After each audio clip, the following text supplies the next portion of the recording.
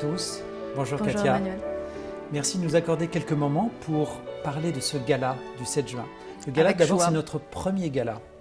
Alors, d'abord, la première question, c'est qu'est-ce qu'un gala? Est-ce que c'est une soirée surprise ou une soirée qu'on cuisine tranquillement comme un bon plat, comme une bonne soirée?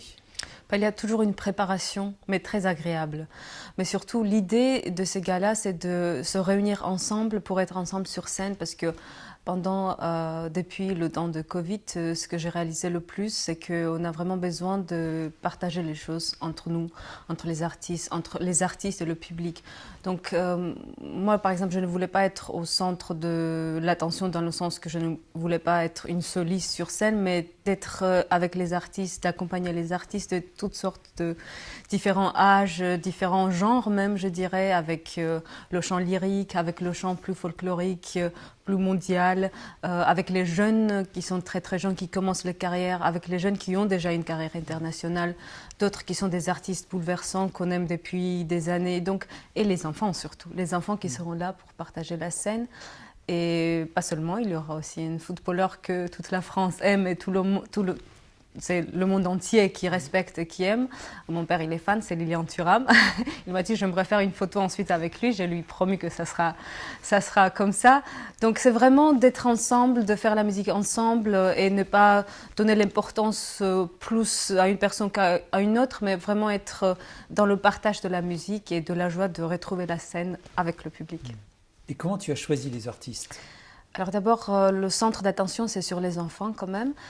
Mais ensuite, déjà, tu m'as aidé beaucoup aussi parce que tu m'as fait découvrir quelques musiciens magnifiques jeunes, parce que je cherchais les jeunes musiciens qui je ne connaissais pas encore et qui n'ont pas tellement souvent la possibilité d'être sur scène. Ils sont sur scène, mais ils sont plutôt, je dirais, modestes et ils ont encore l'avenir incroyable, je pense, devant eux.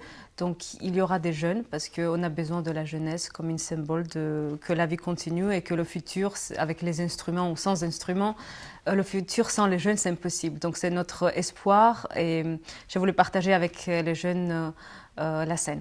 À part ça, il y aura des grands artistes, je pense. Ce sont des artistes que j'admire. Et puis on a vraiment essayé, avec les circonstances de Covid, on avait des moyens un peu limités, disons, parce que tout est beaucoup plus difficile à organiser. Mais merci pour faire aussi bien, parce que je suis vraiment fière, et je pense toi aussi, que nous avons des artistes de niveau mondial, international, et surtout des artistes singuliers qui ont quelque chose à eux à dire et qui représentent leur univers et ils sont capables de partager leur univers avec nous. Donc ça sera le partage, mais aussi ça sera des individus particuliers que j'admire énormément. Peut-être on peut parler d'eux aussi et de certains. Et tu commences par Sabine Oui. Devielle, qui est Oui. une grande soprano, Tout à fait. mais qui est aussi très généreuse. Comment est-ce que tu as une complicité avec elle? Alors la première fois que j'ai écouté Sabine, c'était, je crois, c'était un gala, je me souviens plus quel gala, mais en tout cas, elle a chanté et je n'étais pas dans la salle, j'étais dans les loges, mais dans les loges, on voyait l'écran des artistes quand ils étaient sur scène, parce que moi, je devais passer plus tard peut-être, ou peut-être je suis déjà passée sur scène. Et j'ai entendu 2 minutes, c'était Mozart, et c'est très difficile de chanter bien Mozart, et c'est très difficile d'être... pour moi, c'est difficile d'être touchée par les artistes. C'est rare, parce que je pense que les choses magnifiques sur scène, ça se passe rarement.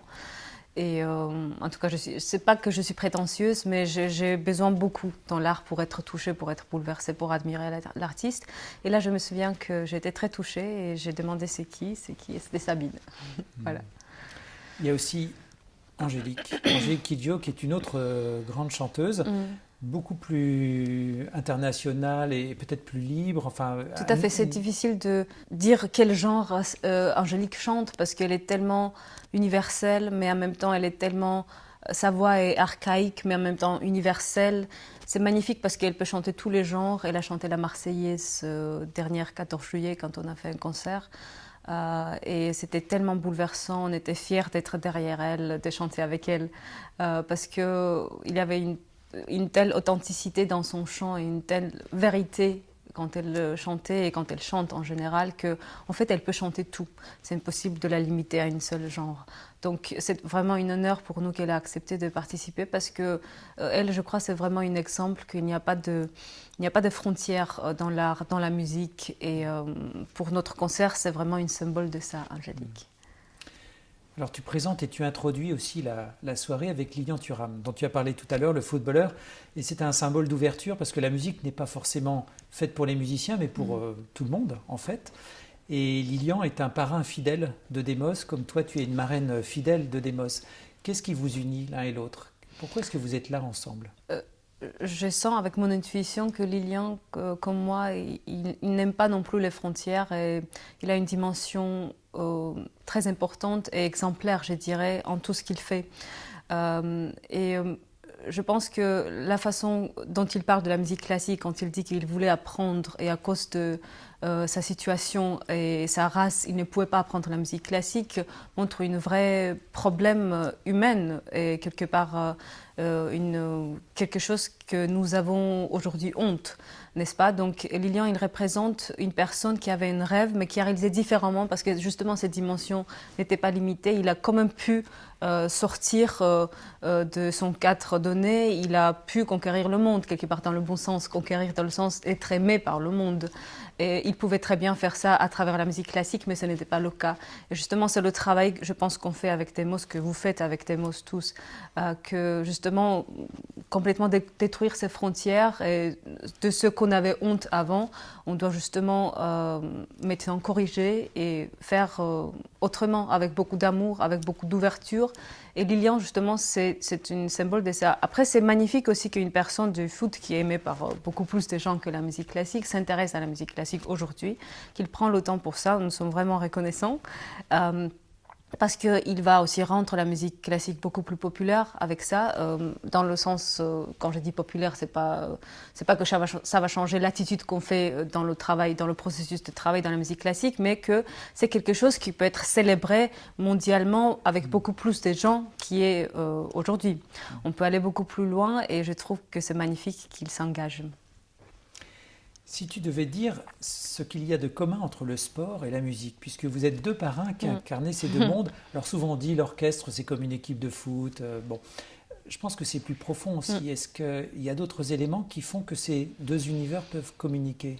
Alors, quand je regarde un très bon foot et j'aime vraiment le jeu, ce que je vois qui est commun avec la musique, c'est que quand les joueurs, ils donnent tout.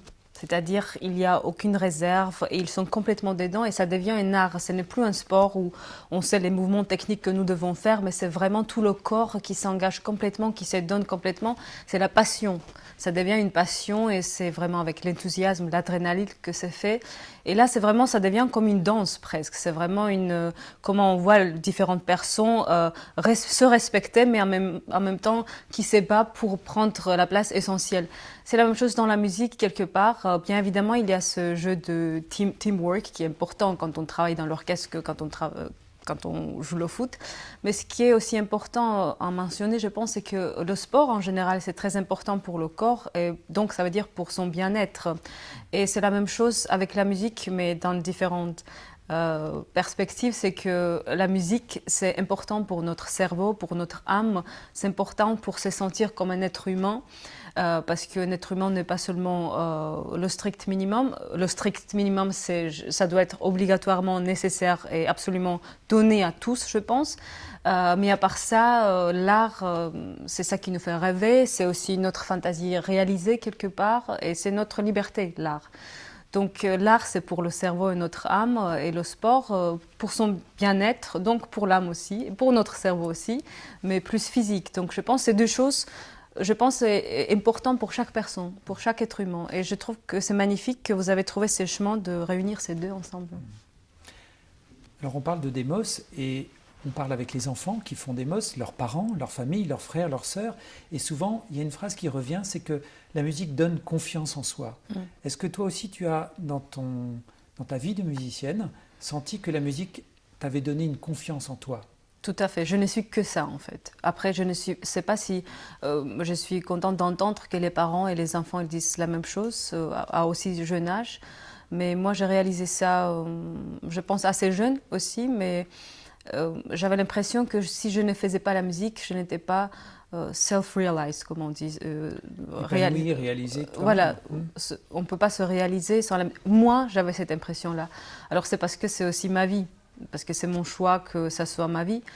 Mais après, je pense ça nous apporte tellement la musique, même pas seulement le processus de faire la musique, mais d'écouter la musique. Par exemple, avant de s'endormir, j'écoutais toujours la musique quand j'étais enfant et je m'endormais avec la musique parce que avant de s'endormir, on a un petit peu ce moment de... On a l'impression de se séparer de la vie parce qu'on doit quelque part s'endormir et ne plus vivre. On a cette impression-là. Et les enfants, souvent, ils sont en difficulté de s'endormir justement parce que cette transition est difficile, c'est délicat et on a peur peut-être de certaines choses. Et je crois que la musique, c'était qui me permettait de faire cette transition entre le jour et la nuit qui, pour moi, était... voilà, proche et ça me calmait et émotionnellement ça me remplissait et je partais comme ça en dodo avec plus de douceur et donc ça m'a vraiment suivi pendant les années. C'est devenu vraiment une partie importante, essentielle pour moi. Je pense que ça pourrait être le cas pour les enfants qui vont peut-être pas choisir ça comme métier, mais effectivement ça donne quelque chose qui nous semble ensuite essentiel. Avec l'aide du public, puisque le public va contribuer à aider Demos, donc à aider des enfants à s'inscrire pour les prochains orchestres qui seront créés. Qu'est-ce que tu peux conseiller à un enfant qui rêve d'un instrument? Comment est-ce qu'on choisit son instrument? C'est quelque chose d'assez étrange. Pourquoi est-ce que je jouerais du violoncelle, du violon, de la flûte, du trombone? Comment choisir? Alors, il faut déjà ressentir une envie, je pense. Mais la vie consiste ça, en fait, tes envies.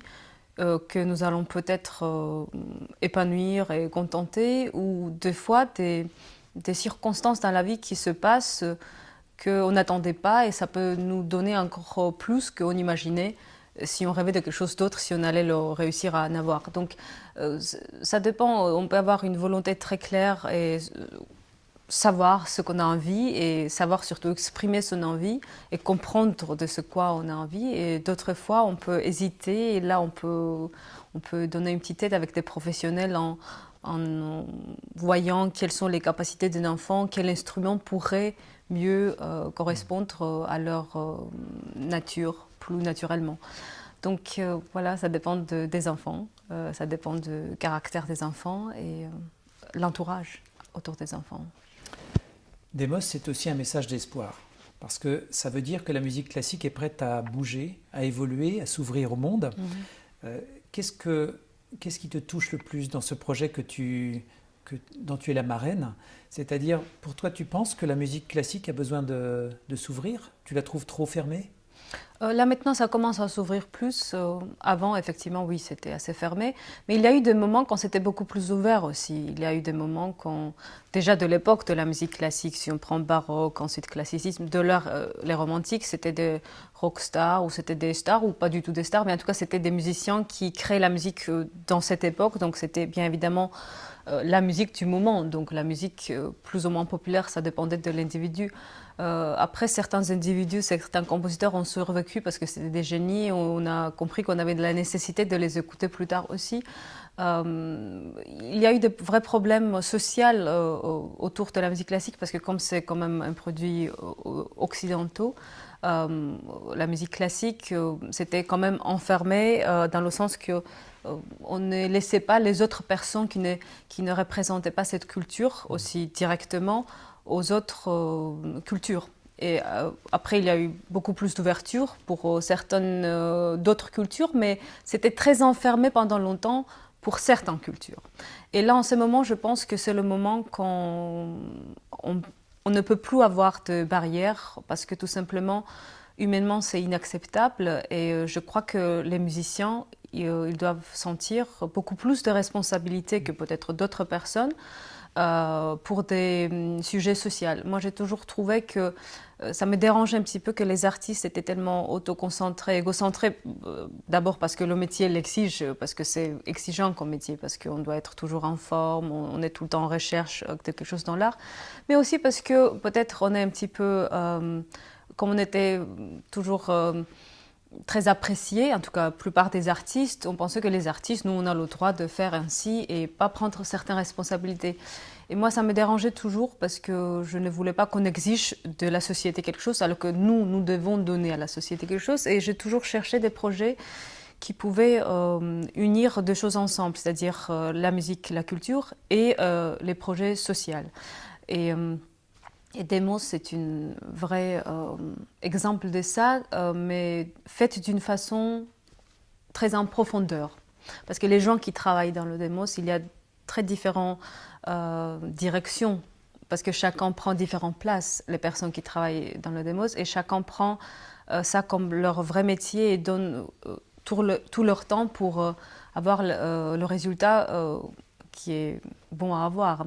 Donc vraiment, le processus de travail est très profond, d'abord socialement et ensuite musicalement aussi. Donc ce mélange de deux, je pense que c'est très important aujourd'hui. Est-ce que tu peux résumer la manière dont on apprend la musique quand on fait partie du programme Demos? Parce que ça ne ressemble pas au conservatoire, où on a un professeur et un élève qui se regardent et qui sont souvent en tête-à-tête. Ça se passe tout de suite en groupe. Et c'est d'une manière assez active. On chante, on joue des instruments. Comment est-ce que toi, tu trouves cette manière d'apprendre la musique intéressante? C'est une méthode plus démocratisée, disons, parce que quand moi j'apprenais la musique, on était les pays post-soviétiques ou les pays soviétiques et ensuite post-soviétiques, c'était des écoles où c'était pour les enfants surdoués, ça s'appelait, et on ne faisait que de la musique ou que des matières qui étaient autour de la musique, et un petit peu l'école aussi, mais la concentration était totale et c'était très exigeant. Et en fait, on nous élevait déjà comme des professionnels dès le début. Je n'étais pas longtemps à cette école parce que j'avais des périodes quand je sortais, ensuite je suis retournée parce que voilà, ma biographie elle est un peu voilà, plus libre, disons. Mais en tout cas, je sais comment le système de l'époque de l'Union soviétique ou les pays post-soviétiques, ça fonctionnait. Ici, c'est beaucoup plus démocratisé et les enfants restent les enfants, ce que je pense c'est bien. Parce qu'il faut que les enfants, ils ont un sentiment d'abord qu'ils ont un choix à faire, s'ils veulent devenir musiciens ou pas. Je pense qu'à l'époque, dans ces écoles-là, il n'y avait pas beaucoup de choix. Si quelqu'un ne continuait pas ce chemin, ça veut dire que c'était un échec. Alors que là, il n'y a pas ces sentiments-là. Les enfants ne doivent pas avoir ces sentiments d'échec si jamais ils choisissent un autre métier ou ils font quelque chose d'autre. C'est pour ça, je pense que faire ça dans l'ensemble, c'est-à-dire dans le groupe, dans l'orchestre, ça permet plus pour les enfants rester un enfant parce qu'ils sont en contact avec d'autres enfants. Ils ne sont pas enfermés juste avec un professeur. Et ça leur permet d'être dans le groupe, de se sentir enfantine, d'être libre, de s'exprimer s'ils ont leurs idées qu'ils expriment, s'ils ne sont pas d'accord sur quelque chose ou quelque chose leur dérange qu'ils disent. Voilà, c'est la démocratie et moi je suis pour ça. Ensuite, si on va sentir que l'enfant veut absolument suivre cet instrument, effectivement, il faudra passer plus des heures à travailler cet instrument pour réussir au niveau nécessaire. Mais en tout cas, ça donne aux enfants, comme aux individus, parce que les enfants sont des individus aussi, le choix de sentir déjà à très jeune âge ce qu'ils veulent. Peut-être ils vont changer d'avis, mais c'est important de respecter au moment leurs envies aussi. Alors peut-être une dernière question maintenant. Si nous donnons pour Demos, si vous donnez pour Demos, qu'est-ce que concrètement ça va apporter? C'est-à-dire, qu'est-ce qu'on fait avec le don et le soutien qu'on apporte à Demos? Ça donne une perspective plus longue à ce projet magnifique, un projet, comme je viens de dire, un projet qui réunit un projet social et artistique pour les enfants. Donc pourquoi je dis pour les enfants? Parce qu'il y a... D'abord, c'est pour les enfants. Et pourquoi je souligne ça? Parce que ce qui est essentiel dans ce projet, c'est qu'on apprend, on s'habitue aux choses essentielles de très très jeune âge. Parce que je connais beaucoup de gens qui ont découvert la musique classique plus tard ou qu'ils ont trouvé qu'ils ont une envie d'apprendre un instrument beaucoup plus tard. Ils se posent des questions. Est-ce que c'est trop tard? Est-ce que je fais ça au niveau mélomane ou est-ce que je peux faire peut-être plus? Ça permet aux enfants de commencer ça dès très jeune âge. Et Demos, c'est un projet justement parce que c'est le mélange de social et artistique et surtout qui est un projet visionnaire parce que c'est pour le futur qu'on fait ça, parce que les enfants c'est maintenant, mais ensuite ils vont transmettre ça aux autres générations et ça c'est très important, la transmission d'une génération à l'autre. Et je pense tout simplement c'est un des plus beaux projets dans ma vie que j'ai vu jusque-là et je pense que ça va rester ainsi. Donc moi je vais donner pour Demos tout ce que je peux et tout ce que j'ai à donner et j'espère que vous donnerez aussi un petit peu pour justement trouvez votre place dans ce projet et dans l'évolution de la société.